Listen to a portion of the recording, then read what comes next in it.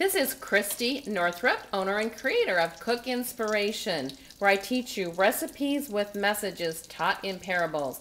This is our final version of the sun-kissed citrus salmon, and as you can tell, it's really bread. It ended up being a little bit breaded on all sides, but I was able to see how opaque that is on the inside, and it just flakes right away. Doesn't that just look good? It just smells good, and you can see that steam coming right off. We'll be having dinner in just a second.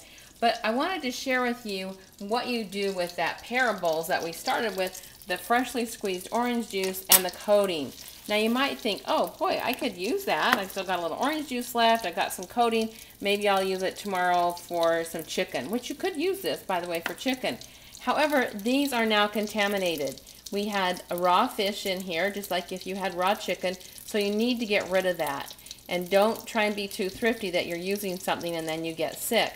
Likewise, whenever you're using your forks, I always make sure that this is the fork I was using while I was breading the raw fish, but this is the fork, as you can tell, with the fish on it that I used to turn it when it's in the pan. So you have to be careful of contamination. It cannot be a very pleasant thing if you get sick from that. And think about things in your life, here's our message, that you just need to get rid of that can contaminate you.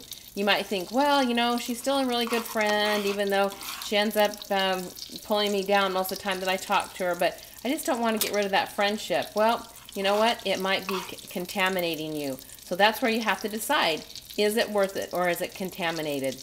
So get rid of what's contaminated. Start fresh when you get that other salmon out of the freezer in a week or so. And remember to cook up some inspiration. And for this whole recipe, you can go to CookInspiration.com.